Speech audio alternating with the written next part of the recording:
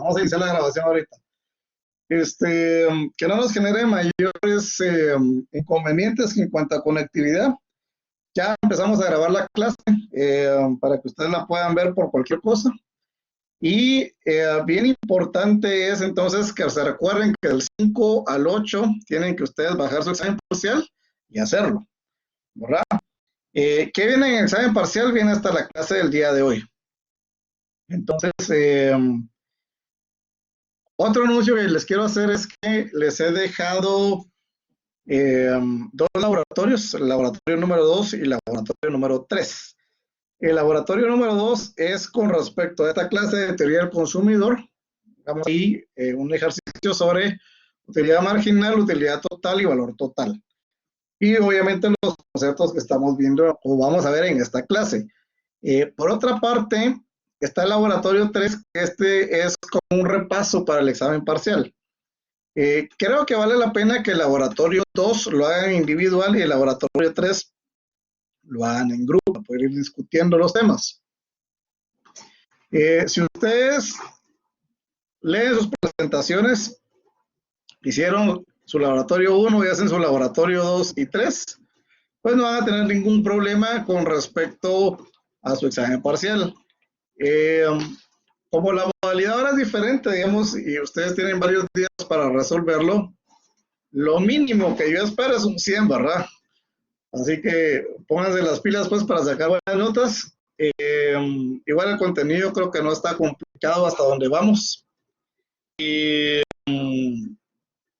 vale la pena pues que aprovechen y sacar buenas notas en este primer parcial. Vamos a empezar como siempre tomando asistencia, así que empezamos con Pablo Joel Aceituno. Gracias. Aquí estoy.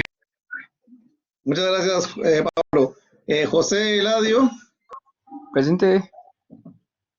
Alan Ricardo Rayo. Carlos Alejandro Cruz García.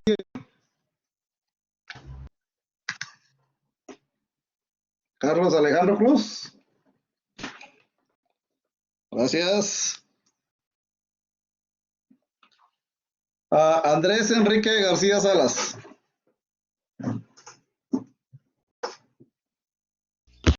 Presente, presente. Okay, gracias. Por cierto, si van teniendo algún problema que no se escucha, o alguna pérdida de conectividad, me van diciendo, por favor, para poder estar pendientes de este tema. Sigo. Ludwig David Ramos Herrera.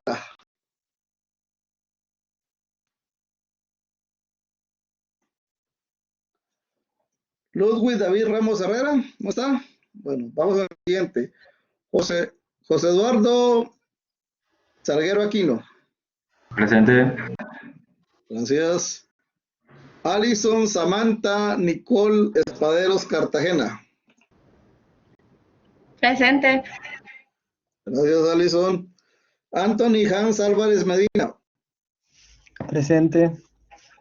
Gracias. Daniela Alejandra Barrera Illescas. Presente. Javier Alejandro Díaz Portillo. Perfecto. Fernando José Rodríguez Morales. Presente. Sharon Denise Amayoa Castañeda. Presente. Antonio Rafael Molina Ramírez. Presente. Alexis Jeffrey Francisco Vides Carranza.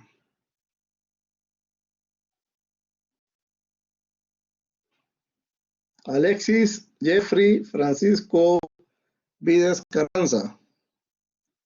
Bueno. Jonathan Estuardo Milián Mazariegos. Elic. Y respecto a Alexis, él dijo que tiene problemas con el Blackboard, algo así. Sí, está dando algún problemita por acá, entonces voy a poner aquí con, puede ser que es problema de conectividad. Va, perfecto, gracias. Marvin Antonio Alonso Arriaza. A sus órdenes. Gracias, Marvin. Daniela Karina Cosio González. Presente. Gracias, Daniela. Javier Andrés Osorio Equité. Gracias. Crista Eunice López de León. Presente. Gracias, Crista. Dani Arsenio Morales. Gracias, Dani. José Pablo Teso Martínez. Presente. Gracias, José Pablo. María Victoria González. María Victoria González. ¿Cómo está? Mario René Reyes Arango. Presente. Jeremy Steven Monzón Nimatuj. Presente. Gracias. Abner Gerardo Vallejo.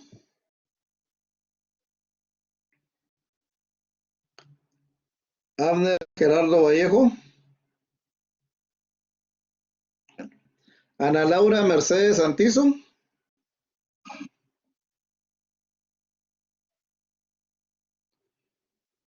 Y Diego Fernando Cruz Salazar. Presente. ¿Hay alguien que yo no haya llamado? A mí no me llamó, licenciado. A ver, Douglas, bien te llamé, pero no me escuchaste. Ah, perdón. Ludwig, también a Ludwig lo llamé. Ludwig también lo llamé, perfecto. Pero está bien, aquí vamos Gerardo, Abner Gerardo, también aquí lo tengo, ya, listo. Y según yo, entonces ya solo nos hace falta María Victoria. María Victoria sí no está, ¿verdad? Bueno, excelente. Bueno, jóvenes, vamos a... ¿Tiene problemas de conectividad? Sí, no, claro, muchas gracias, gracias. Bueno, entonces, vamos a hacer este tema de la siguiente manera. Bueno, después de dar los anuncios parroquiales, quiero preguntarles, ¿alguna duda con respecto al laboratorio de la semana pasada? Yo sí, Inge. Por favor, dispare. Mire, pues, digamos, algunos de los conceptos están bien definidos, pero ahora a la hora de resolver un problema así como de qué pasaría si pasa esto, o interprete esta situación, por ejemplo, de las pizzas, tuvimos varias divergencias en el grupo.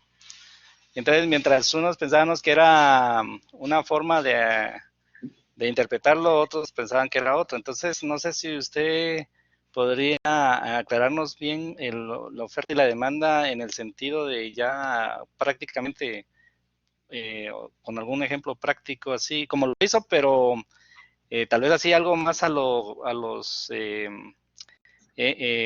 ¿cómo se llaman? Las cosas que nos pidió para el laboratorio. Disculpe. Ok, con todo gusto.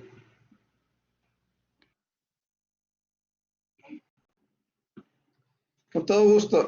Con respecto, sería el problema 9, entiendo yo, ¿verdad? Sí, sí, 9 sería. Bueno, Okay. también estaba lo de cuando, digamos que no hay café en Brasil, creo yo, y qué pasa con con los mercados que no poseen el café. Perfecto, no tenga pena. Yo con mucho gusto voy a resolver esos dos ahorita. Entonces, dame un momentito, vamos a compartir la pizarra y vamos a ubicar el problema. Dame un segundito. Ludwig, ¿qué problema tiene? Bueno, Ludwig, ¿tiene micrófono o no tiene micrófono?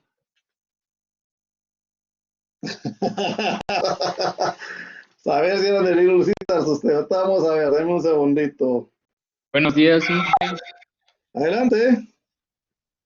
Viera que yo tenía problemas con la plataforma que no me dejaba acceder a ninguna clase y hasta ayer me arreglaron ese problema, entonces no sé cómo le podemos hacer para que yo pueda entregar todas las tareas.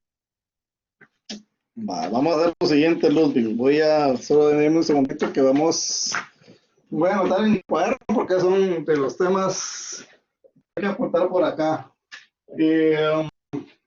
Voy a hacer, lo que voy a hacer es voy a tratar de modificar las fechas de entrega de las tareas para que Ludwig, sección A, modificar fechas. Voy a intentar modificar la fecha de entrega de tareas. Por favor, comuníquese conmigo al WhatsApp. Yo voy a hacer esto entre el día de hoy, mañana por la tarde. Pero si no lográramos hacer eso, entonces me los manda por correo. A mi correo de avalos@miumg.edu.gt. Y con respecto al laboratorio, Igual, todo. O sea, yo voy a tener que ver cómo le modifico todas las fechas. bueno, gracias, Inge.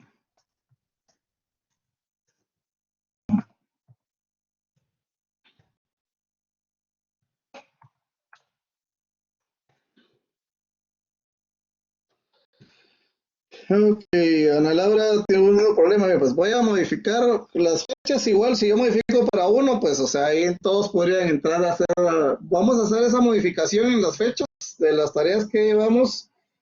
Y sobre esa base, pues, durante esta semana ustedes ingresan las tareas que hagan falta, ¿verdad? Esa sería mi recomendación de momento. Y si no logramos solucionarlo por esta vía, me lo mandan por correo. Algo que sí me interesa que quede registrado en la plataforma, ¿verdad? Bueno, anotado esto, vamos al problema. Voy a empezar por el problema 8 para ir en orden, si les parece. Vamos a poner aquí el lapicito. Bueno. Número 8 dice, explique cada una de las afirmaciones siguientes utilizando gráficos de oferta y demanda. Dice, cuando una oleada de frío sacude Brasil, el precio del café sube en los supermercados en los países que no producen café.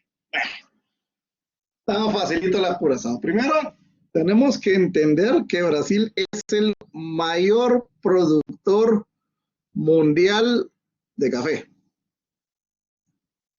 Entonces, entendiendo esto, yo sé que hay un precio y una cantidad y hay una curva de demanda y hay una curva de oferta. ¿Sí? Estamos ahí. Esto genera un punto de equilibrio, un precio E y una cantidad E. Vamos bien ahí, ¿verdad? Sí, está bien. Ahora, ¿qué pasa cuando una oleada de frío sacude Brasil? ¿Qué pasa cuando hay una oleada de frío? ¿Qué pasa con la producción de café y la producción agrícola en términos generales? Disminuye. Claro, se pierde la cosecha, ¿verdad? Entonces, como Brasil es el principal oferente de café a nivel mundial, la curva de la oferta se va a contraer, de manera que voy a generar una oferta prima, ¿verdad? La demanda sigue siendo la misma, pero si se dan cuenta, esto ya modificó el punto de equilibrio. El nuevo punto de equilibrio le voy a llamar P', ¿verdad? Con un QE'. Y entonces, explíqueme usted qué pasó ahí. ¿Cuál fue el efecto? Se subió el precio. Subió el precio, correcto. Subió el precio, ¿por qué? Porque por un factor o una determinante diferente del precio, la oferta se contrajo, digamos, en este caso por condiciones climáticas. ¿Sí? Sí. Perfecto. ¿Queda claro entonces el número 8? Sí, Inge, estamos bien. Muy bien, magnífico. Bueno, esta sesión igual se está grabando, pero de todos modos voy a borrar para seguir con el ejemplo 8B, ¿les parece?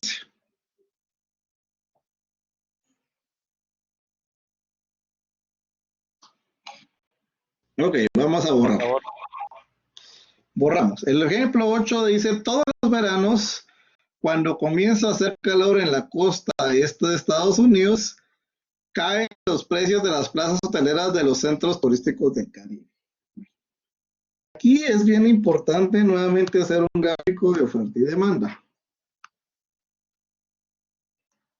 Aquí tengo la cantidad, aquí tengo el precio, ¿sí?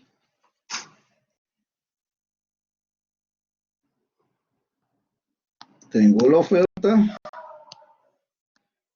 tengo la demanda. Entonces, esto me genera una cantidad de equilibrio, un precio de equilibrio, ¿sí? Ahora, bien importante es entender qué sucede aquí, digamos. Si ustedes miran el mapa mundi, y vamos a ver la parte de América del Norte, ¿sí? Dice, todos los veranos, cuando comienza a hacer calor en la costa este de Estados Unidos, ahí hay varios estados, está Nueva York, está Virginia, está Florida y otros estados más, ¿sí? No recuerdo ahorita las dos Virginias, Massachusetts, etcétera. Cuando en Estados Unidos hace frío, la gente busca lugares más cálidos, digamos. O sea, en el invierno, la gente busca lugares más cálidos que, por supuesto, están más lejos y estos están en la Florida y están en el Caribe, ¿sí? Entonces, cuando esto ocurre, lo que pasa es que de alguna manera la gente tiene que ir más lejos, ¿verdad? Y estos hoteles del Caribe y de la Florida van a estar ocupados. Pero ¿qué pasa cuando es verano? ¿Sí? Estos estados también tienen playas, también tienen hoteles que en invierno no estaban funcionando, pero en verano ya pueden funcionar. ¿Y esto qué significa en términos de oferta? A ver, ¿quién me cuenta? La oferta sube en verano. Correcto. Y entonces quiere decir que la oferta va a tener un desplazamiento, una expansión de la oferta. ¿Sí? Entonces, como pueden ver, la oferta se movió de O a O'. Cuando se genera esto, se genera un nuevo punto de equilibrio. ¿Sí? En PE' y en QE'. Entonces, ¿qué deben de hacer los hoteles en el Caribe para atraer la atención de los veraneantes? Bajar el precio. Ahí está. Y es lo que se ve ahí, en la gráfica.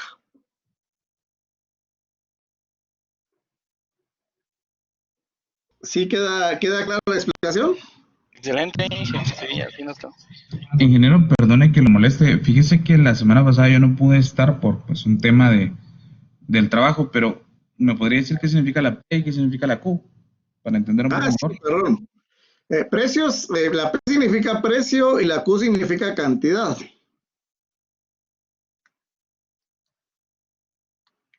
Y esto tiene que ver con las curvas de la oferta y la demanda. Digamos, la demanda tiene la característica que tiene pendiente negativa porque cuando el precio está alto, la cantidad de demandada es menor. Y cuando el precio está bajo, la cantidad demandada es mayor. La oferta, por otro lado, tiene pendiente positiva porque tiene un comportamiento diferente. Cuando está más caro el producto, hay más oferentes interesados en venderlo. Cuando está más barato hay menos porque evidentemente hay menos ganancia. Eso es básicamente, Pablo, resumiendo. Muchas gracias, Inge. Igual, si tiene alguna otra duda, por favor me pregunta. Bueno, entonces quedamos claros con esta número 8, A y B, ¿verdad? Sí, ingeniero, gracias. Bueno, podemos pasar a la número 9. Vamos a borrar entonces en este momento. Vamos a la número 9. Bueno, la número 9 es la de las pizzas. Miren, pues. Cantidad, precio.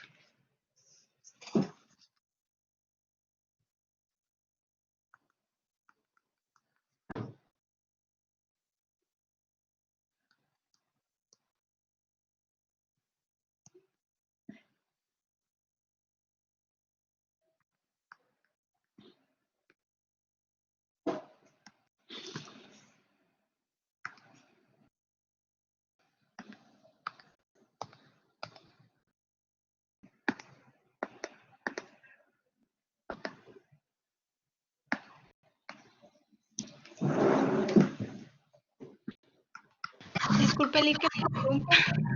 Adelante, por favor, María Victoria. Sí, solamente no sé si ya tomó asistencias que no podía ingresar. Tenga pena, ahorita la vamos a incluir. Oye, deme un segundo. Gracias.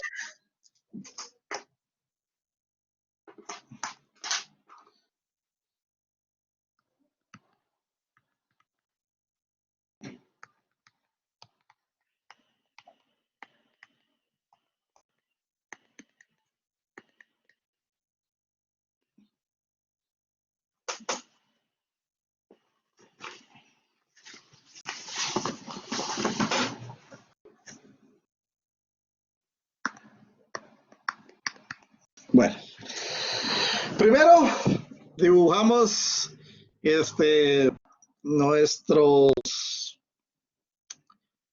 eje X y nuestro eje Y. Nuestro eje Y va a ser el precio, nuestro eje X es la cantidad. Entonces dice, utilizando los datos de la tabla siguiente, grafique las curvas de la oferta y la demanda y determine el precio y la cantidad de equilibrio. A un precio de 100, la demanda, a un precio de 100 la demanda es de 0. Nadie compra pizzas a 100 pesos. A un precio de 80, la demanda es de 30. Por acá más o menos. ¿Sí? A un precio de 60, la demanda es de 20. De 60. Uy, perdón, ¿cuál es la cosa? Sí, perdón, voy a borrar. Bueno, tachemos este dato de acá. A un precio de 80, la demanda es de 10. Aquí me equivoqué. ¿Sí? Luego tengo a un precio de 60, tengo una demanda de 20. Por acá. A un precio de 40, tengo una demanda de 30. Por acá. Luego tengo a un precio de 20, tengo una demanda de 40. Por acá. Y finalmente a un precio, ese último es 10, oyen. Ese fue reunido a la hora de pasar el ejercicio de 10. A un precio de 10, la demanda es de 125. Eso está más o menos por acá. Entonces, aquí tengo mi curva de demanda. Solo uno de los puntos. Ahí tengo mi curva de la demanda y esto vas a poner la D de demanda. Luego tengo la oferta. Entonces, si el precio es de 100 quetzales, yo sé que la oferta es de 40. Entonces voy. 100 quetzales con 40 por acá. Si el precio es de 80, yo sé que la oferta es de 30. Por acá. Si el precio es de 60, la oferta es de 20. Por acá. ¿Sí? Y si el precio es de 40, la oferta es de 10.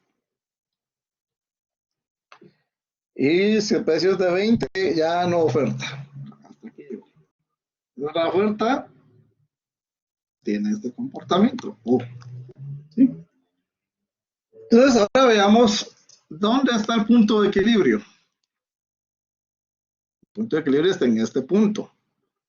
Este está una cantidad de 20 y un precio de 60. Entonces, punto de equilibrio 1 está en un precio de 60 y una cantidad de 20. ¿Vamos bien ahí? Sí. Entonces, ahí está. El primer inciso estaría ahí, digamos, ¿sí? Luego dice, ¿qué ocurriría si la demanda de pizzas se triplicara a cada uno de los precios? ¿Sí? Entonces, Perdonen, no es solo a mí, pero no escuché nada de eso. perdón, vamos a repetirlo nuevamente, Pablo. Les decía yo que, como ya vieron la gráfica, ¿verdad? Entonces, el punto de equilibrio está en una cantidad de 20 y en un precio de 60. Entonces, el punto de equilibrio 1, ¿sí? Está en un precio de 60 y en una cantidad de 20, ¿verdad? Ahora sí, Pablo. Sí, gracias, perfecto. Bueno, entonces ahí está respondida la primera pregunta. ¿Dónde se encuentra el punto de equilibrio? Y ponemos ahí el precio y la cantidad. Ahora dice, ¿qué ocurriría si la demanda de pizza se triplicara a cada uno de los precios? Entonces, Si yo tenía un precio de 100 por cada pizza y tenía una demanda de 0, ¿cuánto es 0 por 3? 0. O sea, demanda nada. ¿Sí?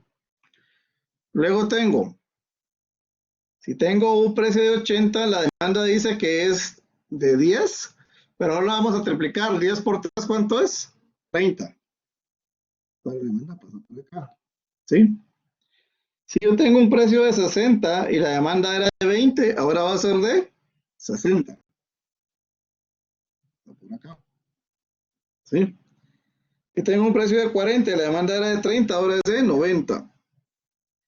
Pasa por acá. Y tengo un precio de 20 y la demanda que tenía era de 40, ahora es de 120. ¿Sí?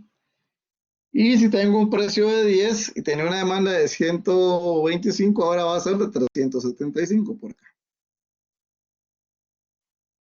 Entonces vea la curva de la demanda. ¿Sí? Pero algo bien importante es que la oferta sigue siendo la misma, ¿no? Entonces la oferta no se movió, se movió solo la demanda. Pero sin embargo, ahora ya encontramos un nuevo punto de equilibrio. El punto de equilibrio está en cuánto? En 30 y 80. P2. Entonces, punto de equilibrio 2 va a ser en un precio de 80 y una cantidad de 30. ¿Vamos bien hasta ahí? Sí, que ahí vamos bien. Perfecto. Vamos a la siguiente pregunta. Ahora, ¿qué pasa si se fijara un precio de 40 quetzales por pizza? A un precio de 40 quetzales por pizza, hay una cantidad de demanda de 30. 40 quetzales por pizza, aquí está, hay una cantidad de demanda de 30, ¿verdad? Y a un precio de 40 quetzales por pizza, hay una cantidad de oferta de 10. ¿Sí? Entonces, si se da un punto de equilibrio, porque la oferta es menor que la demanda. ¿Sí? Entonces, ocurre el fenómeno conocido como Pérdida. escasez. Ah, ¿Sí? Eso quiere decir que el mercado es incapaz de ofrecer la necesaria para satisfacer la demanda que en ese momento está vigente. ¿Verdad? Entonces, ante ese comportamiento, ¿cómo actúa el mercado? Vuelve a subir precios y conforme aumenta el precio, va a haber menos cantidad demandada, pero va a haber más cantidad ofertada y vuelven a tener nuevamente el punto de equilibrio. Eso no lo preguntaba el problema, pues, pero esto se los explico además de cómo se mueve, digamos. Cómo es que el mercado se regula. ¿Vamos bien? María Victoria iba a señalar algo. Le escuchamos, por favor. No, solo lo que te he dicho, que el precio baja. Ok. Bueno, y finalmente la última pregunta es, ¿qué otros factores influyen en la demanda de la pizza? Eso se refiere a qué otros factores además de el precio.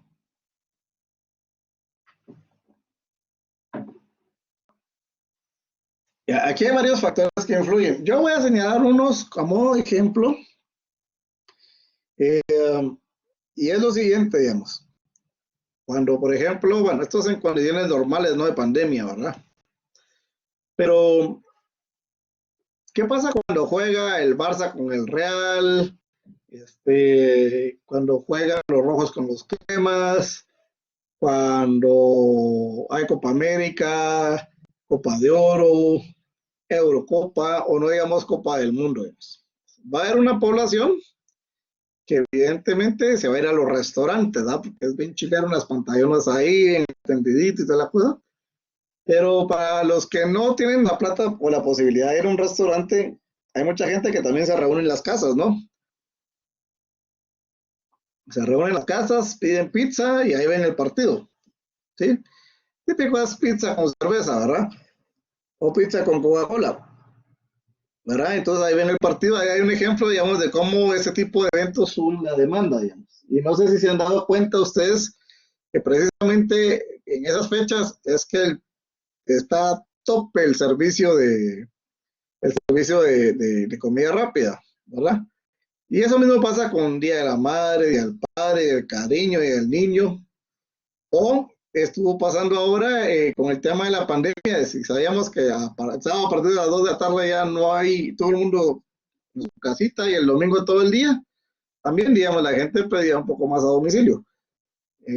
Ahí hay ejemplos concretos, ¿verdad? Pero hay muchas otras situaciones, por ejemplo, un aumento en la población, un aumento en los ingresos de la población, por ejemplo, cuando hay bono 14, cuando hay aguinaldo, aunque el aguinaldo no se destina tanto para esto, ¿verdad? Pero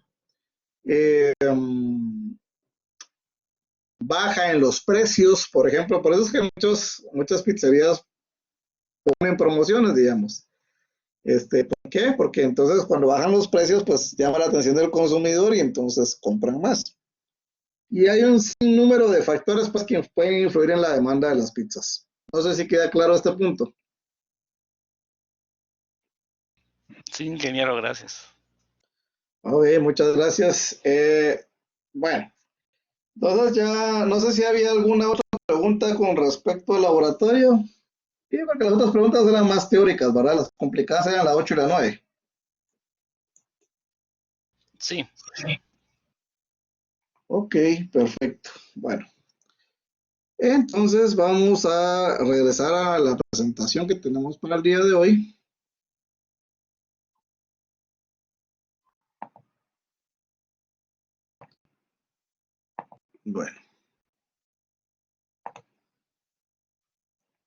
Bueno, pónganme mucha atención porque esta clase es importantísima. Yo les comenté que en la microeconomía uno miraba dos puntos importantísimos. Uno tiene que ver con los consumidores y otro tiene que ver con los oferentes. En este sentido es muy importante entender el comportamiento de uno y otro. En este sentido, ahorita vamos a abordar cómo es el comportamiento del consumidor. Y este es un tema muy, muy especial que empieza por entender cómo se comporta el consumidor y por qué. En principio, uno de los temas que sí sabemos es que todos los agentes económicos, ya sean consumidores, empresas, trabajadores, inversionistas, tienen necesidades de manera reiterada. Es decir, si yo les pregunto, bueno, ¿y ustedes qué comen de vez en cuando? Este mes sí, este otro mes no. Esta semana comieron, ya comen dentro de 3 semanas, ya comen dentro de un mes. No, ¿verdad? Todos comen todos los días, ¿sí? Por ahí, a menos que alguno esté haciendo ayuno o dieta, me van a responder, sí, comemos todos los días y comemos mínimo 3 veces al día, ¿verdad? Entonces esto es natural, digamos, y esto demuestra que todos tenemos necesidades de manera reiterada. Y así pasa con otras cosas más, no estoy hablando solo del alimento, digamos, estoy hablando por ejemplo, la casa, digamos. Usted necesita casa todos los días, pues, o sea, no duerme en su casa. Servicios, necesita servicios de telefonía, internet todos los días, etcétera. Entonces, podemos decir algo bien importante, es que las necesidades han sido el motor del desarrollo económico y tecnológico, ¿verdad? Una necesidad, adelante Marvin, ¿a decir algo? No, dije nada.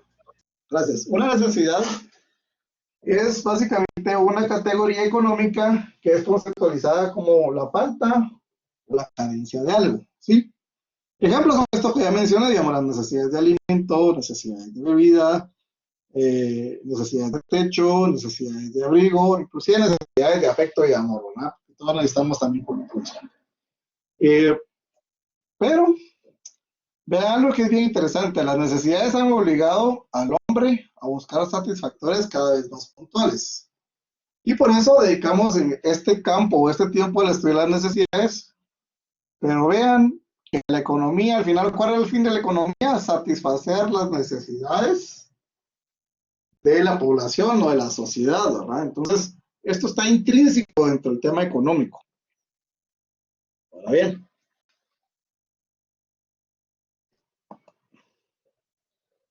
las necesidades, vamos a encontrar necesidades esenciales y necesidades ocasionales. Con respecto a las necesidades esenciales, vamos a encontrar aspecto de la calidad y la cantidad, y las ocasionales vamos a ver el tema de la intensidad. Empecemos por las necesidades esenciales. Esenciales, la característica esencial son las que hacen que una cosa sea lo que es y no otra. Por tanto, una circunstancia imprescindible. Por ejemplo, un vaso con agua, ¿qué lo hace un vaso con agua? El agua. Si usted le agrega limón y le agrega azúcar, ya no es un vaso con agua, es una limonada. ¿Verdad? Un suéter, ¿sí? Suéter es un suéter, ¿sí? Si usted le quita las mangas, ya no es un suéter, es más un chaleco, ¿verdad? La pizza, la hamburguesa, digamos, son ejemplos. Ahora, hablemos de la calidad. La calidad se refiere al conocimiento que el sujeto posee sobre el bien genérico y útil o adecuado que ha de satisfacer esa necesidad. El sujeto necesitado discrimina y selecciona el bien que ha de reprimir su desequilibrio, es decir, aquel que va a satisfacer su necesidad. Distingue con exactitud la sensación que experimenta cuando tiene, por ejemplo, sed, que es diferente de la sensación de frío, o de la sensación de hambre, o de la sensación de tristeza, por ejemplo, ¿sí? Puede identificarlo genéricamente, por ejemplo, para la sed, algún líquido, ¿sí? Para el frío, algún cobertor, algún suéter. Para el hambre, alimento, aunque no sepa qué líquido, alimento o cobertor, ¿sí? Las necesidades, bien importante decir, es que no permanecen indefinidamente, pero se presentan de manera periódica, aunque recurrente, y puede estimarse la cantidad del bien para su satisfacción en unidad de consumo, en un periodo determinado de tiempo. Es decir, si yo les pregunto, ¿cuál es el consumo de alimentos que ustedes tienen al año? Seguramente no me van a poder responder. Si yo les pregunto, ¿cuál es el consumo de bebida que tienen ustedes al año? Seguramente tampoco. Si yo les pregunto, ¿y cuál es el consumo diario que usted tiene de alimento? Seguro todos me responden, ¿verdad? Entonces, las necesidades, sí, están dentro de un periodo de tiempo. La cantidad finalmente supone que el sujeto puede inferir por tanteo y aún medir con cierta precisión qué cantidad del bien será necesaria para saciar su necesidad. Es decir, la necesidad no se presenta de manera indefinida ni infinita en el tiempo, por lo cual es cuantificable. Pero se cuantifica por periodo o unidad de tiempo, ¿verdad? No es lo mismo la necesidad de un año que la necesidad de un día, que la necesidad de una semana o de un mes. Sigamos. Hablemos de la intensidad. Y cuando hablamos de la intensidad no me refiero a aquellos que son intensos, ¿verdad? ¿Sí? La intensidad es una constancial, ¿sí? Y la necesidad será más intensa en la medida en que sea más complejo o parezca resolverse con menos posibilidades, ¿sí? Si el bien satisfactorio es escaso, la necesidad se califica como muy intensa, mientras que si el bien es fácil de obtener, no rebasa los límites extremos. La necesidad determinada estará en parte determinada, por la circunstancia precisa en la que se encuentra la necesidad y la abundancia o escasez del bien satisfactorio para obtenerla. Voy a poner un ejemplo extremo. Y pensemos en una persona que lamentablemente contrae COVID.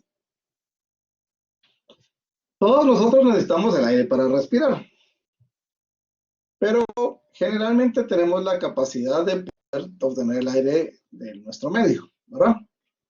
Pero una persona que contrae COVID va a tener dificultades respiratorias. Y estas dificultades respiratorias van a hacer que esta persona ya no le sea fácil obtener el aire del medio ambiente y que requiere oxígeno, digamos, un tanque de oxígeno que a través de una cánula le provee oxígeno de forma constante y no directamente. Entonces, Pero ¿cuánto nos cuesta esto, digamos? Entonces, esto anda por los 1,000 pesos diarios, digamos. Normalmente me diría, bueno, ¿usted estaría dispuesto a tener aire por 1,000 quetzales al día? Me dirían que no. ¿Cómo se le ocurre si el aire es gratis? Pero ante una circunstancia en donde depende de su vida, del aire, del oxígeno, que sabe que también va a ser, pues no permanente, sino que va a ser pues, algunos días, ¿verdad? En lo que usted se recupera, pues usted va a estar dispuesto a pagar esos 1,000 quetzales, ¿verdad? Entonces, otro factor crítico también, digamos, que puede ser el agua, que generalmente nosotros consideramos abundante. Una persona en el desierto, o sumamente deshidratada, con mucho calor, va a estar dispuesta a pagar un precio más alto por el agua, ¿sí? De tal manera que, como podemos ver, depende de la circunstancia y de la escasez del bien. Puede ser que el tanque de oxígeno regularmente cueste 500 pesos al día, pero ante la emergencia de COVID, como hay escasez y hay mucha demanda, entonces cueste más caro, vale 1,000 pesos. Cosas que ha pasado, por ejemplo, con las mascarillas, que vimos que las mascarillas casi nadie consumía. Desde luego consumían los doctores, la gente que fumiga, o cuando uno necesitaba, por ejemplo, limpiar un cuarto que está lleno de polvo o suciedad, se ponía una mascarilla para evitar la alergia. Pero no es el común, digamos. Con esto de la emergencia de COVID en el mes de marzo, se dispararon los precios. ¿Por qué? Porque nos estaba haciendo útil, le íbamos a necesitar de manera intensa, ¿verdad? Y como la oferta era la misma, pues se dispararon los precios. Vamos a hablar sobre las clases de valor que se han identificado los señores economistas. Los economistas han identificado básicamente dos clases de valor, ¿sí? Los economistas clásicos reconocieron que los bienes son susceptibles de evaluar y aceptaron dos tipos de valor, el valor de uso y el valor de cambio. Con respecto al valor de uso, no fue estudiado por los economistas. ¿Por qué? Porque consideraron que su determinación no corresponde a la economía, sino que depende a cada individuo.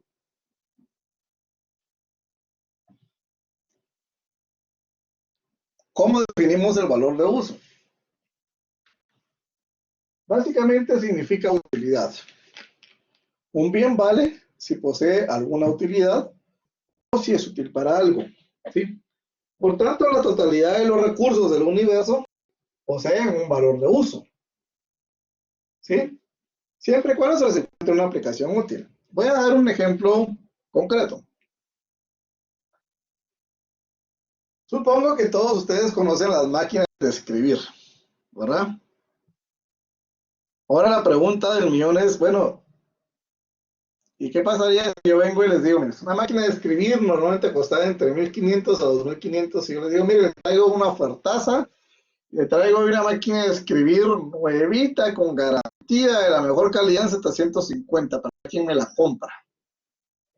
¿Quiénes de ustedes me compran la máquina de escribir?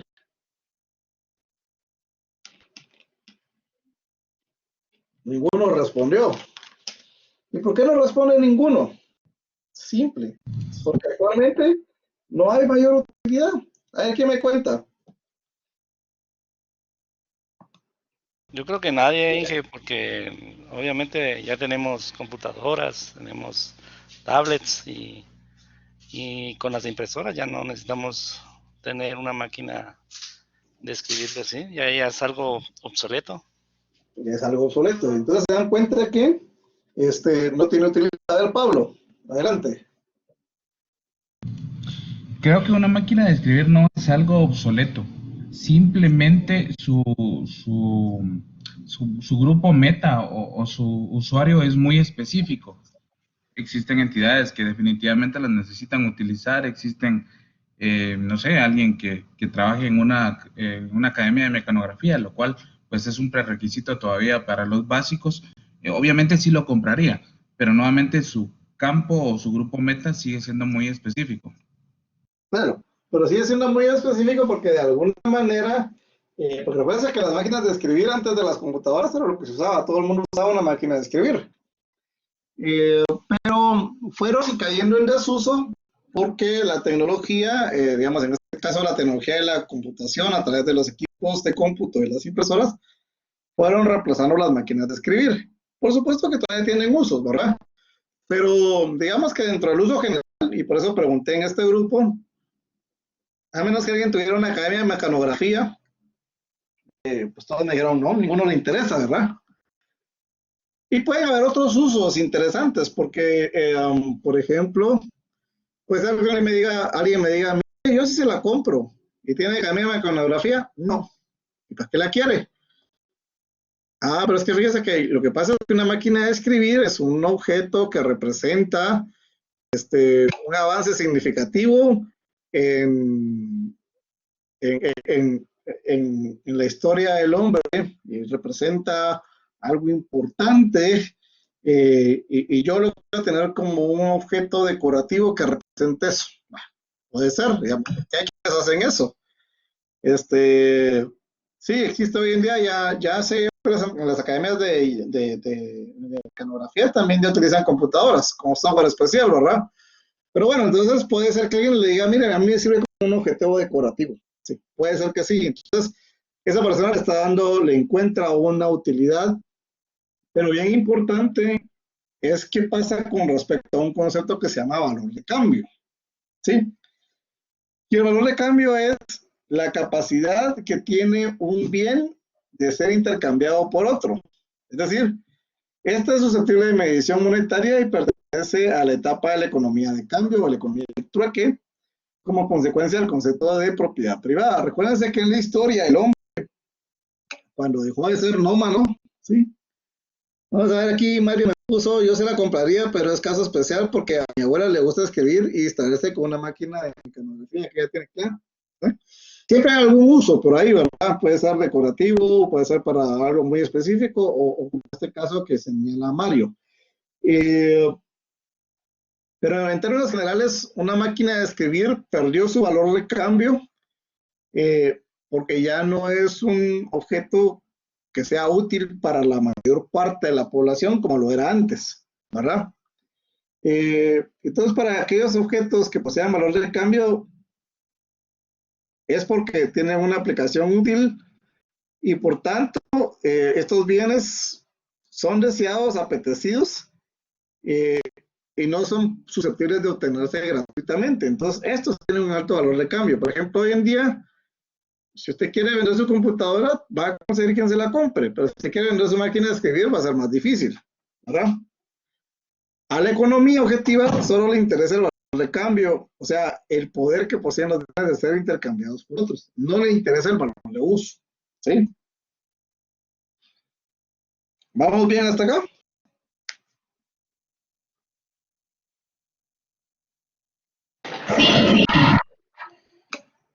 Excelente, muchas gracias. Bueno, vamos con la utilidad, ¿sí? Dice esa de los bienes que satisfacen necesidades de manera general y abstracta. Actitud real o ficticia, bienes por la capacidad de satisfacer necesidades. O ficticia, que solo está en nuestra mente. Si alguno de ustedes fuma o no, yo espero que cerca alguno por ahí. Sé que el fumo tranquiliza los nervios. Estudios científicos han demostrado que esto no es cierto. Pero para alguien que lo cree, va a fumar porque cree que eso le tranquiliza los nervios, lo pone tranquilo, aunque no sea cierto, ¿verdad? Entonces, por ende, le encuentra la utilidad a un cigarrillo. Ya no encuentro ninguna, pues, pero bueno, algunas personas sí. Entonces, la utilidad adquiere mayor sentido cuando el bien al que se le confiere es escaso, ya que este se considera más útil cuanto más escaso es y más indispensable resulta para satisfacer determinada necesidad. Este análisis lo hacen los economistas de la corriente subjetiva.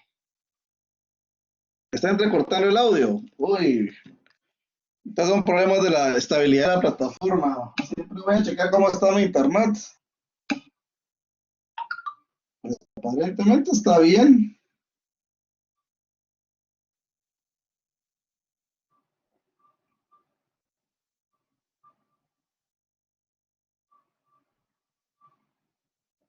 Creo que es la plataforma, Ángel. Ok, perfecto. Bueno, entonces sigamos y esperemos que nos dure la batería, digamos, la batería de la plataforma para terminar este tema, que es importante, ¿verdad? Bueno, y por favor me van comentando así si hay algo que necesita que repita algo de lo que expliqué anteriormente. No dije, aunque está entrecortado, se puede leer lo que estaba hablando. Ok, perfecto, muchas gracias. Bueno, hablemos de la relación entre valor y utilidad. Las cosas solo poseen valor en la medida en que éstas poseen una utilidad, es decir, en satisfacción. Y el individuo las aprecia más cuando se hace más urgente para satisfacer sus necesidades. Es decir, el valor y en consecuencia la utilidad dependen de la intensidad de las necesidades. Por ejemplo, usted podrá no ver el valor de un baño y podrá pensar que es grotesco y caro pagar, no sé, 50 pesos por usar un baño. Pero, por ejemplo, tengo un amigo que fue a Buenos Aires y vio que costaba $5 el uso de los baños públicos. Dijo, qué groseramente caro, yo nunca voy a usar baño esos. Entraron con otro grupo de sus amigos a comer a un restaurante, parece que la comida estaba muy condimentada, le hizo mal, tenían que ir a la Bombonera a ver un partido, y como ya se hacía, pues adivinen qué, pasó a un baño público pagando los $5 que había criticado. ¿Por qué? Porque se hizo muy intensa esa necesidad. Y me tocó, ¿verdad? Es decir, el valor está en función de la utilidad y la intensidad, y claro, en función de la escasez del mismo, ¿verdad? El valor, ya sea de uso o valor subjetivo, representa el grado de apreciación e importancia que el sujeto le confiere al bien, por la satisfacción que éste le proporciona y la necesidad de la persona que hace uso de él. La apreciación o valor está sujeta a la elección que el consumidor realiza de los bienes que necesita o supone necesitar, atendiendo a un orden u ordenamiento de prioridades. Eso quiere decir que nosotros podemos priorizar nuestras necesidades. Yo diría que sí, ¿no? De hecho, lo hacemos todos los días con las elecciones que hacemos. Es decir, entre más prioritario sea un bien, va a estar dentro de nuestros top 10, digamos, de prioridades, y a lo que le vamos a dedicar, pues, los recursos, independientemente de que suba o no de precio, siempre los vamos a necesitar. Hoy en día, por ejemplo, la conectividad es un recurso importante, más ahora con la pandemia, que ya ven que si no tiene internet, no tiene clases. Y si una necesidad le resulta más intensa, esta estará ocupando el primer lugar, y en ese mismo sentido y orden, el sujeto valorizará la utilidad del bien que le satisface cada necesidad. Entonces, resumiendo, hablando del valor y la necesidad, los bienes o satisfactores solo adquieren valor cuando se establece una relación positiva entre una necesidad y un bien. Es una relación de dependencia directa entre el bien y la necesidad. Ahora bien, el tema es cómo medimos el valor si es subjetivo, ¿verdad? Y este es un tema porque la economía al final todo lo mide. Todo está medido en la economía, todo tiene un precio, ¿verdad? Y entonces la respuesta está en el enfoque marginalista, en la economía, en cuanto a su enfoque marginalista o esta escuela. Y se preguntaba, bueno, ¿cómo es posible establecer el valor de las cosas de una manera general si la mayor parte de ellas pueden ser utilizadas para distintas aplicaciones? Voy a dar un ejemplo. El agua sirve en principio para hidratarme, ¿correcto? Pero el agua tiene también otros usos. Con el agua puedo limpiarme, mantenerme higiénico, ¿verdad? Por eso es que nos bañamos todos los días, ¿sí? El agua pues sirve para no solo para la higiene de la persona, sino también para la higiene de los ambientes de las personas. Con agua lavo el garage, lavo los pisos, lavo el carro, lavo la ropa, etcétera, ¿sí? Pero el agua también sirve para la producción de muchos bienes y servicios. Por ejemplo, el servicio de electricidad a través de una hidroeléctrica utiliza el agua para producir electricidad, ¿sí? Sirve para la producción de muchas cosas, ¿verdad? Inclusive el agua sirve hasta para la recreación. ¿Por qué? Porque cuando usted va a una piscina usa agua para recrearse, y para temas terapéuticos igual, o sea, es el agua para los jacuzzis, para relajarse, o a través de ciertos movimientos como terapia ocupacional, etcétera. Es decir, hay muchísimos usos del agua. Entonces la pregunta es, ¿cuál de las múltiples necesidades que satisface el agua deberá tomarse como base para establecer su valor? Y respondiendo a esas dos preguntas anteriores, ¿y cuál será la unidad económica que se adopte para medirlo? Es decir, por mililitro, por litro, por kilogramo, por metro cúbico, por tonelada. ¿Cómo lo hacemos, verdad? Entonces los economistas dicen que sí es posible cuantificar el valor de las cosas subjetivamente, asignando valores cardinales a las partes o porciones del bien satisfactor. Por ejemplo, el agua potable y la sed, digamos, ¿sí? Y esto ha ido cambiando conforme la sociedad ha ido evolucionando, digamos. Antes el agua, ¿quién ofrecía agua embotellada? No, eso no existía, digamos. Usted iba a un restaurante y pedía agua y le daban agua. Hoy en día, usted pide agua y le dan una botella de agua y se la cobran, ¿verdad? Cambia la sociedad, digamos, ¿sí? Ahora, bien importante es decir que el enfoque marginalista se basa en 5 supuestos.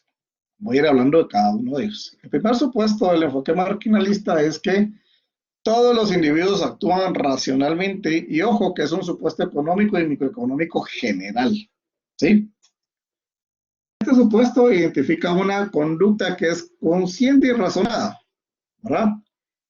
Y que la selección entre alternativas o opciones se hace de una manera lógica, buscando la máxima satisfacción de las necesidades y utilizando de manera óptima los recursos que ya sabemos que son escasos. De tal manera que el agente económico o el consumidor va a priorizar, va a analizar, va a priorizar, va a discriminar y a seleccionar la calidad y cantidad del bien de acuerdo con la urgencia que le exige esa necesidad específica y concreta. Por supuesto que aunque todos actuamos racionalmente, algunas veces parece que esas decisiones fueron irracionales, como les mencioné que me pasó a mí con la compra de mi carro. Esa es una.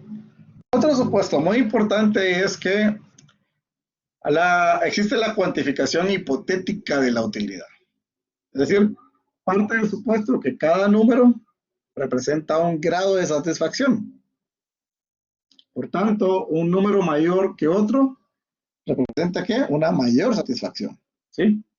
Pues la teoría marginalista utiliza términos matemáticos y aritméticos, específicamente los números cardinales, para mostrar el valor o cuantificación asignada a la utilidad de un bien, ¿sí? Cuando se elige para atender una necesidad prioritaria de otra que no lo es.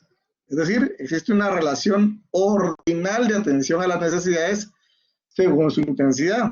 Es decir, en el orden en que se sigue para satisfacer las necesidades, siempre estará de acuerdo con la intensidad con que éstas se presentan. Otro supuesto importante es que la provisión o stock del bien está dada y es fija. Es decir, define una determinada cantidad del bien para un periodo específico de consumo. No existe la posibilidad de incrementarla y la provisión puede estar integrada por unidades económicas. El total puede dividirse en partes todas iguales del bien o constituir un flujo determinado de servicios como el que presta un edificio o un vehículo. El periodo de tiempo para el análisis es uno determinado y es fijo, ¿sí? Cualquiera que sea, puede ser minutos, puede ser horas, puede ser día, mes, semana, año, pero ese periodo no puede ser alterado y se vincula o relaciona directamente con el monto de la provisión disponible para el consumo y satisfacción de las necesidades que se presentan, ¿verdad? Finalmente, el último supuesto dice que todas las unidades que conforman la provisión del bien son homogéneas en calidad y cantidad. Se asume que las partes o fracciones en que se divide la provisión fija de un bien son exactamente iguales en tamaño, en peso, en calidad, textura, etc. Y por lo tanto son intercambiables. Son partes de un todo mayor de igual calidad. Y todas y cada una de las partes conservan las características y propiedades del todo. Ahora vamos a hacer el siguiente ejemplo. Este lo van a hacer ustedes. Vamos a suponer que les hemos asignado una dotación única de agua.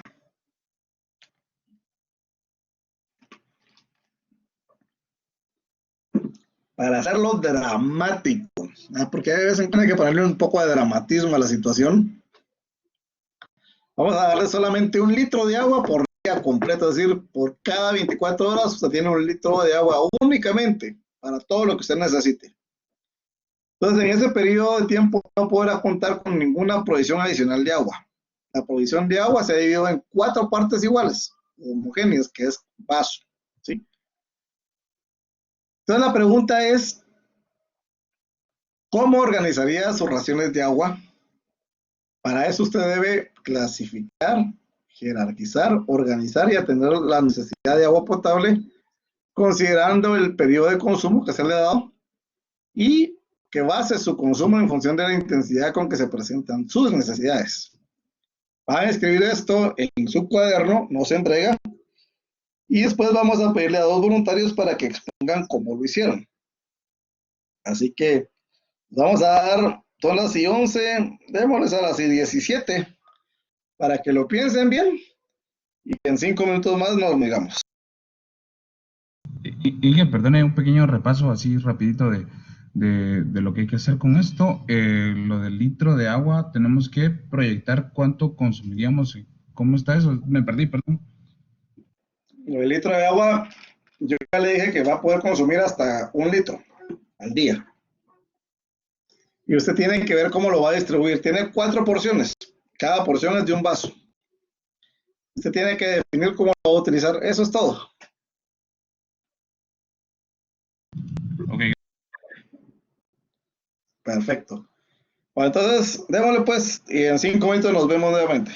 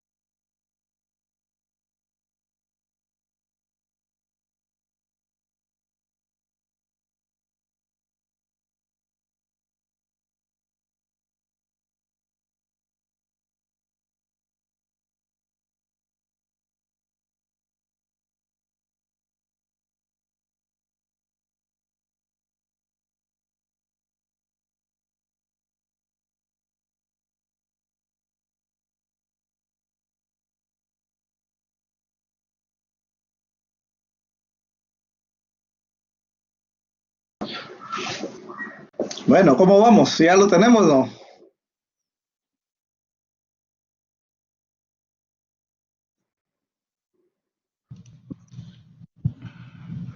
Yo creo que sí, pero bueno, sí, me imagino que sí. Bueno, a ver, dispare pues, Pablo. Bueno, yo lo vi realmente bastante fácil y sencillo. Es probable que esté equivocado, pero son 4 vasos de agua al día y yo los distribuiría pues un vaso por tiempo de comida y el último que me queda en la tarde en el horario de donde hace más calor, pues para rehidratarse un poco.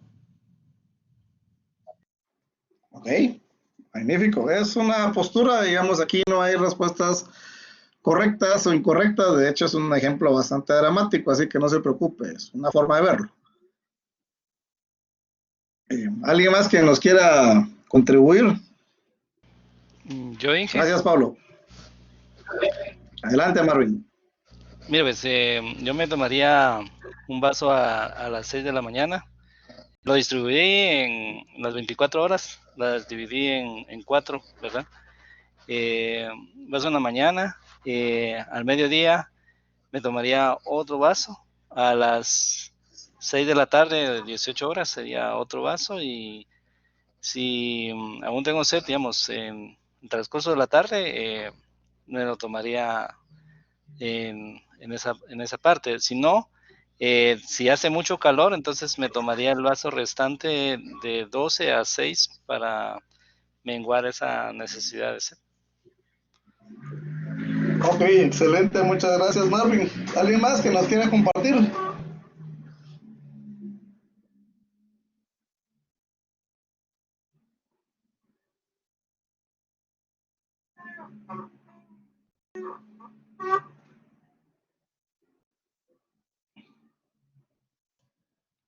Yo me tomaría un vaso en el desayuno, la mitad de refacción, un vaso en el almuerzo, la otra entre el almuerzo y la cena y el otro en la cena. Ok, perfecto, muchas gracias, Ana Laura. Bueno, les voy a compartir qué haría yo. Esto, por supuesto, es un ejemplo hipotético, ¿verdad? Y lo que pasa es que nosotros tenemos no solo necesidad de hidratarnos, yo consideré el tema de, bueno, el agua la puedo usar para varias cosas, ¿verdad? Entonces, yo dije, bueno, puedo usar un vaso para saciar la sed. ¿Sí? Un vaso puede servirnos para limpiar o cocer los alimentos, uno para higiene personal y otro vamos a suponer que vamos a regar una planta favorita. Supuesto que con un vaso de agua al día uno no sobrevive, pero lo que yo quiero es como explicar, digamos, las diferentes eh, necesidades y usos que hay para el agua, digamos, y dependiendo de cuáles son más críticas que otras, ¿verdad? Entonces, por supuesto que eh, partiendo de esto, partiendo de esto, yo le daría alguna valoración a estos vasos de agua, digamos, no solo por así, sino que, por ejemplo, el vaso de agua que sirve para beberlas, para la sed, ese es para mí el más importante de todos. O sea, ahí se le doy unas 10 unidades de valor. ¿Por qué? Porque sirve para saciar mi sed. Al siguiente, que tiene que ver con los alimentos, ¿ah? Le doy 7 unidades. El de la higiene le doy 4 unidades, porque al final uno puede tener higiene un día sí, un día no, ¿verdad? O ya distribuirlo un poquito más. Y el de la planta, evidentemente, es una necesidad como muy pequeña en relación a los otros, por eso tiene un peso de 1. Pero bueno, vamos a ver. Lo que yo quiero saber es, bueno, ¿qué pasa si accidentalmente derramamos el vaso de agua destinado a satisfacer nuestra sed?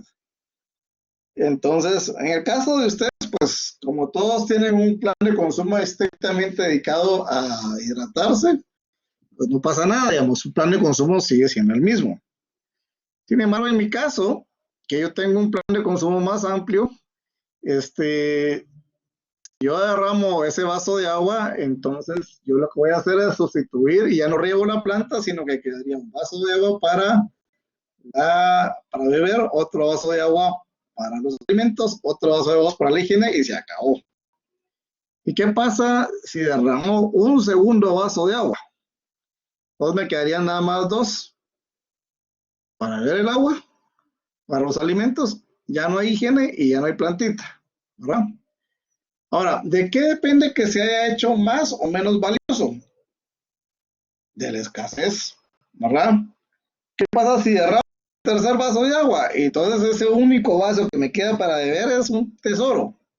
Y todo lo demás cambia, digamos. Cambio el plan de consumo para ajustarlo a mis principales necesidades. Esto es un ejemplo dramático, digamos, porque quería usarlo como ejemplo de clase, como para que pongan atención y no sea tan aburrido. Pero voy a mostrarles, digamos, en dónde ocurriría eso, digamos. Y tomen en cuenta ustedes su presupuesto. Yo estoy seguro que el presupuesto de todos, por poco que ganen, hay algunos rubros donde se podría recortar, ¿verdad? Por ejemplo, ¿qué pasa? No es lo mismo el presupuesto que va a tener usted tener un trabajo que si se queda sin trabajo, por ejemplo. O no va a ser lo mismo si ustedes le aumentan el sueldo en el trabajo, digamos. Eso mismo pasa aquí, digamos. ¿Qué pasa o qué ocurre si al contrario, en vez de quitarme provisión de agua, me aumentan un vaso más, 2 vasos más? ¿Cambia esto el valor de cada vaso de agua? Pues por supuesto, cambia desde luego. ¿Y de qué depende que se haya vuelto más o menos valioso? Bueno, se hace más valioso conforme a qué tan escaso sea. Y se hace menos valioso conforme a qué tan abundante sea. Entonces, ¿qué conclusión puedo sacar de este ejercicio? Es que la escasez es un factor importante. Yo pensé que se refería a un litro de agua todo el día sin tener agua, el chorro, ni en ningún lado. Bueno, no, claro. Pensemos que sea un litro, digamos. Yo puedo tomar un litro para beber, otro litro para cocer los alimentos, otro para la higiene y otro para cualquier otro uso. Sí, puede ser. Pero habrá quienes, por ejemplo, y es que eso depende mucho de las necesidades de cada uno, digamos, porque yo puedo vivir, por ejemplo, con un litro de agua al día, pero hay quienes que toman mucha agua, que parecen camellos. Y entonces, si la persona toma 2 litros de agua, va a priorizar ese, porque su salud está pensada en eso, digamos. Y así, ¿verdad? Pero digamos que este es un ejemplo, como le dije, un ejemplo dramático, un ejemplo tonto, si quieren verlo. Lo que pretendía yo era como ilustrar el tema. ¿Se puede asumir que la persona puede asignar valor a cada vaso de agua? Por supuesto que sí, así como yo se los mostré hace un ratito, que uno le puede dar un valor a cada vaso de agua. ¿Qué conclusiones sacamos en general del ejemplo?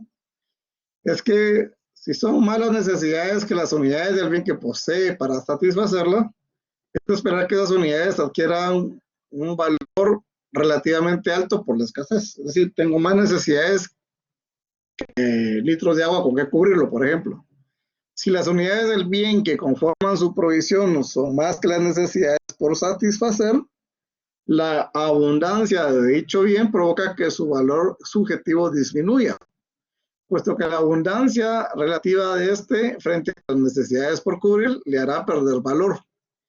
Llegan inclusive a considerarlos en algunos casos como desútiles, como el caso de las hamburguesas que les mostré, ¿no? A este procedimiento se le llama valorar el bien, ¿sí?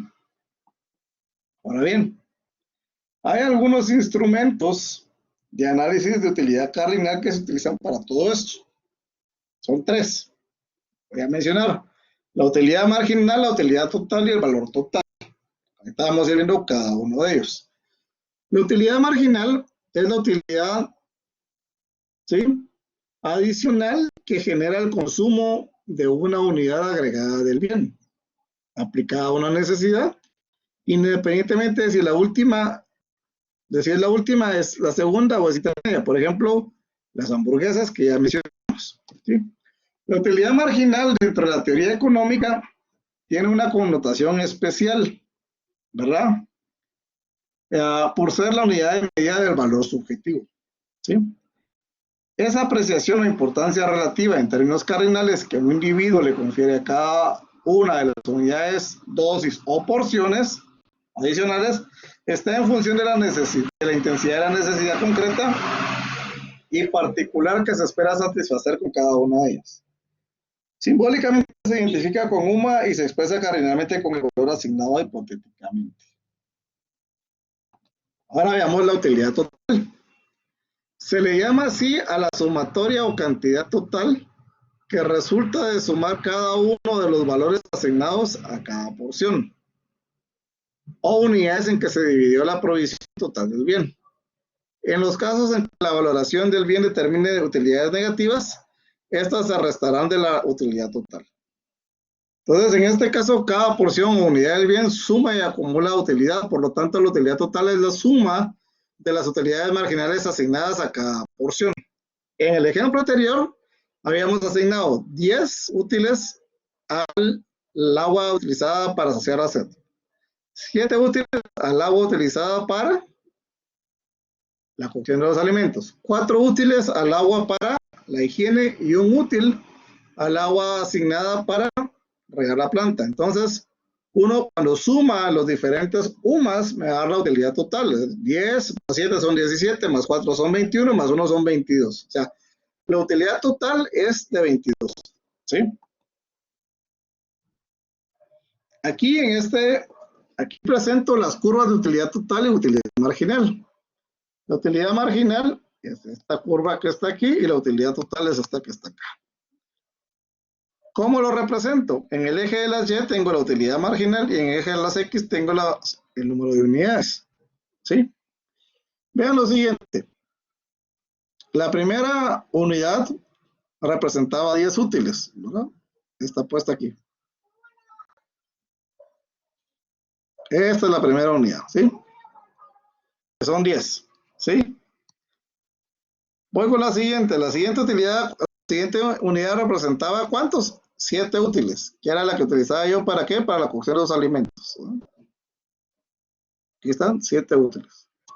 La siguiente, que era utilizada para la higiene, representaba 4 unidades. Aquí están 4 unidades, ¿eh? 4, 7, 10. Finalmente, la última representa una unidad. Ahí está. Entonces, en términos generales, nosotros podemos ver aquí cómo la curva de la utilidad total es de que ¿sí? Ahora veamos qué pasa con la curva de la utilidad total y la utilidad total. Aquí ya vimos la curva de la utilidad marginal, que es esta. Esta de acá es la curva de la utilidad marginal. Ahora veamos qué pasa con la curva de la utilidad total. ¿Sí? Aquí tenemos en el eje de las Y la utilidad total y en el eje de las X el número de unidades. Veamos. La primera unidad valía 10 útiles. La tengo acá. 10 útiles. La siguiente va a sumar. La siguiente costaba 7 útiles. Entonces suma los 10, le sumo los 7 para alcanzar los 17. Están acá. La siguiente sumaba 4 útiles. Pasa a ser 21. Que está acá. Y finalmente la última solo suma 1. Llegando a 22. Vemos cómo la curva de la utilidad total tiene un comportamiento así. Pero se dan cuenta que las primeras sumas van aportando muchísimo, ¿verdad? Va incrementándose al principio mucho y luego se va aplanando la curva, como fuera el coronavirus, ¿verdad? Y finalmente, esta curva debería empezar después, vamos a ponerlo aquí en blanco, empezar a decrecer, ¿verdad? ¿Sí? Bueno, ahí vamos con esa parte. Bueno, finalmente tenemos el valor total. Este es otro de los instrumentos que los economistas utilizan para medir la satisfacción, es decir, la utilidad de un bien aplicado a las necesidades humanas.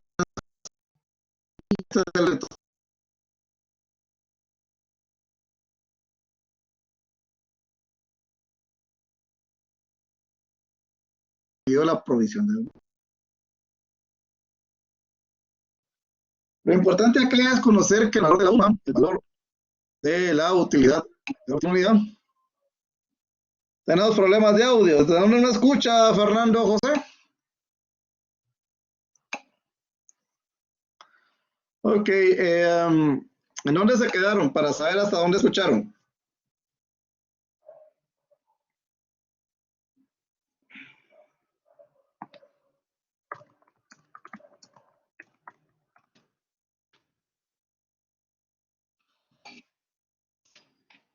Ok.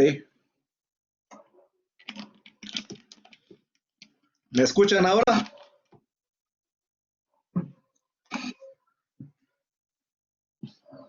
Bueno, lo bueno es que estamos grabando la sesión, Abner, así que la puede repetir usted. Sí, que ahorita se escucha. Ok, perfecto. Bien, pues vamos a hablar del valor total. El valor total es simplemente otro de los instrumentos que los economistas utilizan para medir la satisfacción de un bien aplicado a las necesidades humanas, ¿sí? Este equivale al producto, resulta de multiplicar la utilidad marginal por el número de unidades en que se ha dividido la provisión del bien. Aquí es importante conocer el valor de la UMA, el valor de la última unidad que está dividida la provisión total y el número de unidades que la conforman. Por ejemplo, para el ejemplo anterior, el valor de la UMA, de la última UMA, es de un útil, ¿sí? Y la provisión está compuesta por 4 unidades. Entonces, el BT va a ser la UMA, que tenía un valor de un útil, ¿sí?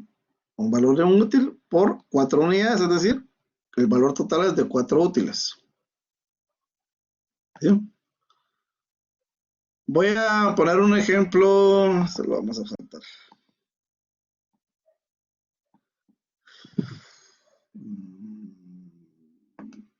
Sí, lo vamos a ver mejor. Antes de ver un ejemplo concreto, voy a mencionar una aplicación, digamos. Una vendedora de tomate lleva al mercado una caja con 50 libras y la idea de ella es venderlas a un quetzal la libra. En este caso, la provisión total son 50 libras de tomate y la UMA es el valor de la última libra, es decir, un quetzal. ¿Sí? Ahora, ¿cómo llega la vendedora a esta conclusión? ¿Ah? Si la vendedora sabe que solo puede vender una libra de tomate al día, siendo la primera y única libra que va a poder vender ese día, es obvio que ella quisiera venderla en lo que estima necesario para cubrir sus necesidades básicas del día. Es decir, probablemente estaría pensando en vender esa libra en 50 quetzales. No puede ser ilógico, ¿verdad? Pero eso pudiera llegar a pensar. Ahora bien, si el panorama fuera más indulgente y creyera posible que se puede vender una segunda libra, luego vender la primera a ese precio, probablemente estaría dispuesta a venderla mucho más barata que la primera, pero no tanto como la posible tercera, cuarta, quinta y así sucesivamente. Entonces, bajo el supuesto de que sabe que sí venderá la provisión total que lleva al mercado, estaría dispuesta a venderla a un quetzal cada libra, puesto que de esa manera se asegura de obtener los 50 quetzales diarios de su provisión total. Tiene algunas ventajas porque así distribuye sus requerimientos de ingreso entre más opciones, facilitando también la venta al ofertar a un precio más accesible para muchos más consumidores.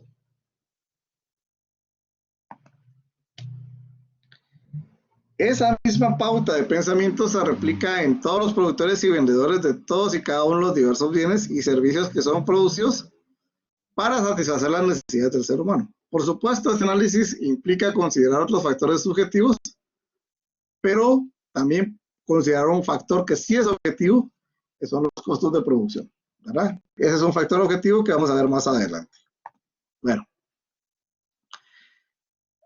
La ley de la utilidad marginal decreciente. Como pudimos ver en los ejemplos anteriores, la valoración cardinal de la utilidad asignada a cada dosis o unidad del bien va decreciendo por cuanto responde a su abundancia o va haciéndose más valiosa por cuanto es más escasa.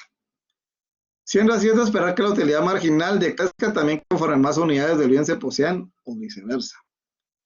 Todo estará en función de la abundancia o escasez del bien, la necesidad y el tiempo que haya sido determinado como periodo de consumo. Por ello, los economistas plantean la ley de la utilidad marginal decreciente diciendo que a medida que se aumenta la cantidad de un bien o servicio que se aplica a la satisfacción de una necesidad, su utilidad marginal tiende a disminuir, ¿sí? Es decir, va disminuyendo la utilidad marginal, ¿sí? En cuanto mayor sea la provisión del bien con que cuenta el sujeto para su periodo de consumo, menor será el valor que se le asigne a esas unidades. La utilidad de un bien satisfactor decrecerá conforme más unidades se apliquen a la satisfacción de una necesidad específica y concreta. Ahora bien, para finalizar la clase, van ustedes a hacer el siguiente ejercicio. Van a determinar la utilidad marginal, total y valor total, considerando lo siguiente.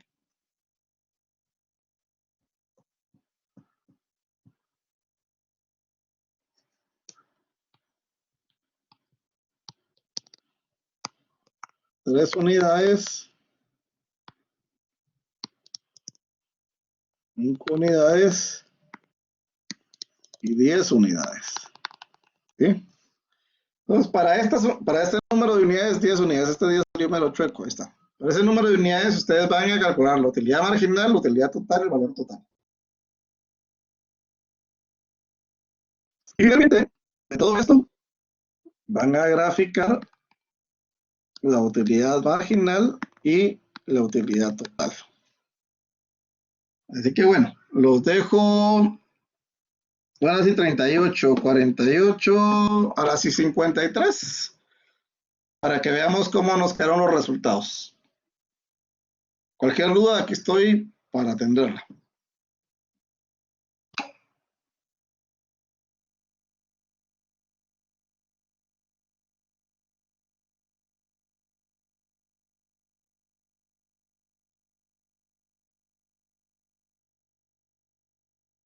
Un ejercicio aquí más de la clase ahorita, no hay que subirlo. No se...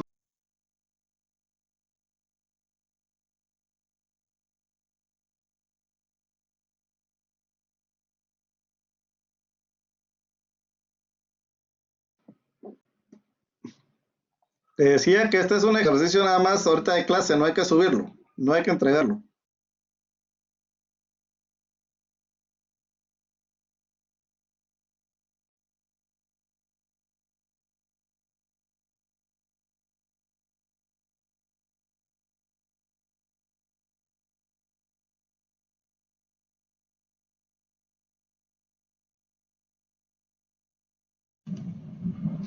Licenciado, perdone, me perdí en el UMA. ¿Qué es UMA?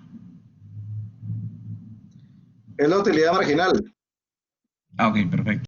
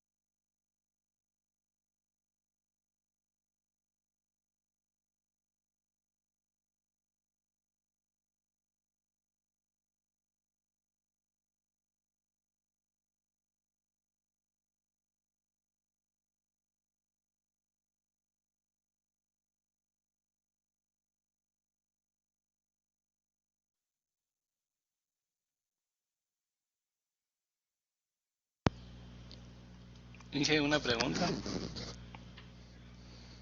Adelante, Marvin. Entonces, mire, si no estoy equivocado, esas UMAS, para sacar la utilidad total hay que sumarlas, ¿verdad?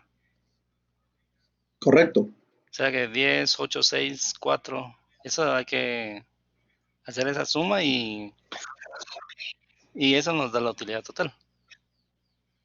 Así es. Por ejemplo, vamos a ver. Y vamos a darle 5 minutos más, pero si quieren, voy a explicar el primero, que es el de 3 unidades. Ok. La suma a las 3 unidades, 1, 2, 3. ¿Sí? A las 3 unidades, la utilidad total es la suma de las sumas. Van a ser 10 más 8 más 6, que es igual a 24. ¿Sí? Y el valor total serían las 6 sumas por las 3 unidades, o sea, serían 3 por 6, 18. 18, sí. Sí, así me salió. ¿Sí? Ajá. Ok. Sí, así con los otros. Y al final grafica para las 10 unidades la UMA y la UT. Ok.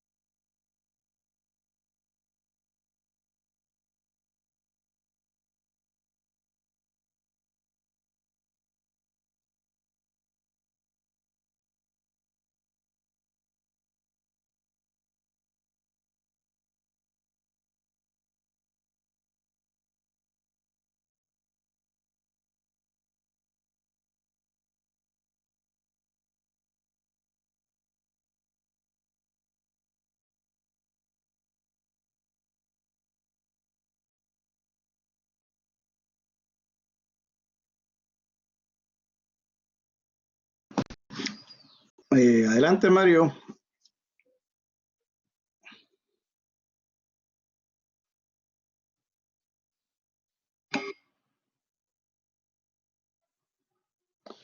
Sí, los dos los puede hacer en grupo.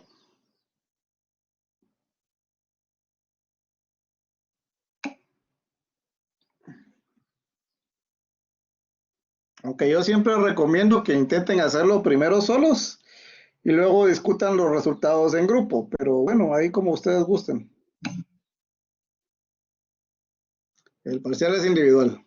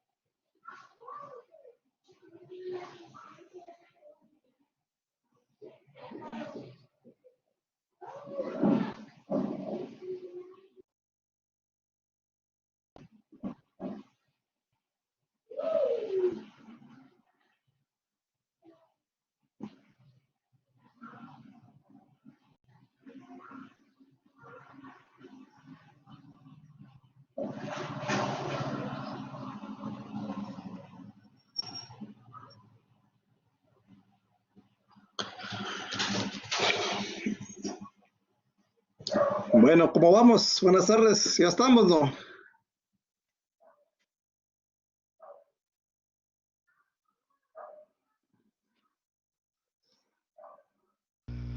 Me falta hacer todavía de 10 unidades. Ok. Solo me falta la Vamos a dar un par de minutos gráfica. más. Ok, excelente. Vamos a dar un par de minutos más.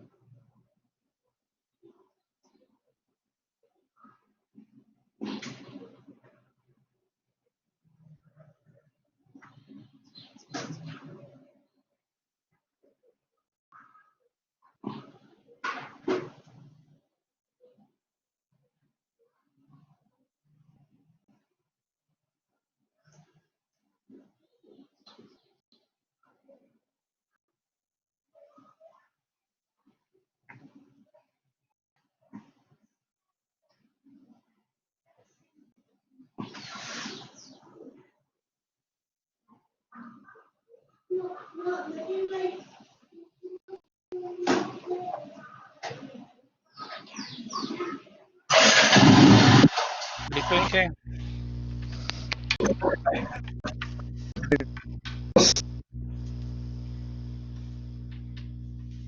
Bueno, excelente. Entonces, voy a presentarlos a las unidades. Para Sí, con esto, que aquí está están. cortando Son el las audio. unidades. Estoy viendo yo y tengo dificultades también con el. Bueno, vamos a ver esta. Los resultados están acá, mis estimados. Para 3 unidades quedarían 6 útiles como UMA, la utilidad total de 24 útiles y el valor total de 18 útiles. Para 5, las primeras 5 unidades quedarían 2 útiles la UMA, 30 útiles de utilidad total y el valor total sería de 10 útiles. Finalmente, para las primeras 10 unidades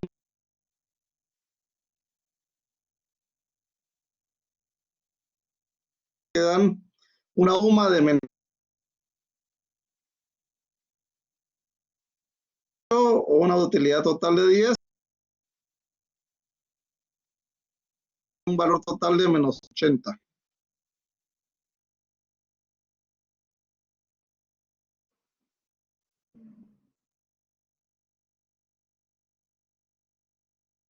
De la utilidad marginal y la gráfica de la utilidad total queda así. Aquí es bien importante hacer notar el tema de la primera fase donde va creciendo. La segunda fase, aquí donde llega al punto cero, bueno, ya no sigue creciendo, ya se saturó, digamos, la utilidad. Y finalmente la última etapa son utilidades marginales negativas, es decir, que en vez de estar dando satisfacción, están dando insatisfacción. Y eso lo podemos observar con todo, digamos. Usted va a una fiesta y se toma su primer mojito, qué alegre. Segundo mojito, alegre, pero un poco menos. Ya después del quinto mojito, usted ya entra en etapa de saturación. Y después de ese quinto, ya usted entra en su es cuando se empieza a sentir mal. Y esta gráfica representa eso. No sé si quedó claro el ejercicio. Igual la semana voy a estar los resultados para que ustedes puedan.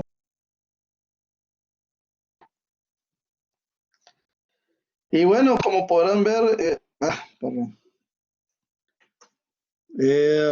¿Me escuchan ahora, Abner?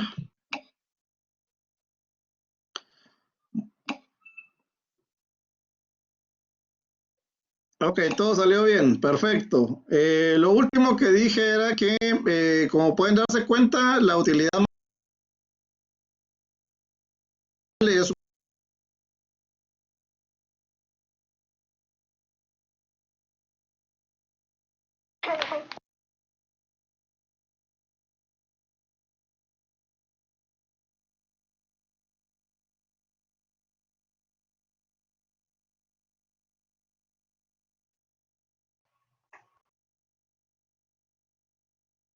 sí está en otro proceso de problemas de conectividad de la plataforma.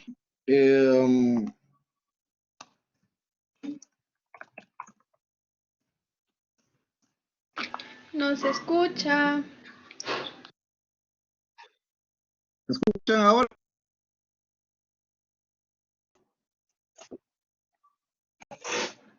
¿No se escucha?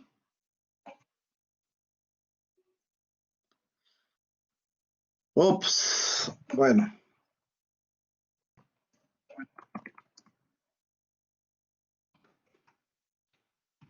Lo siento mucho, chicos. Este es un tema de la plataforma que ha estado bastante inestable el día de hoy. Voy a ver si, bueno, hagan los laboratorios. Si tienen dudas, por favor, me escriben.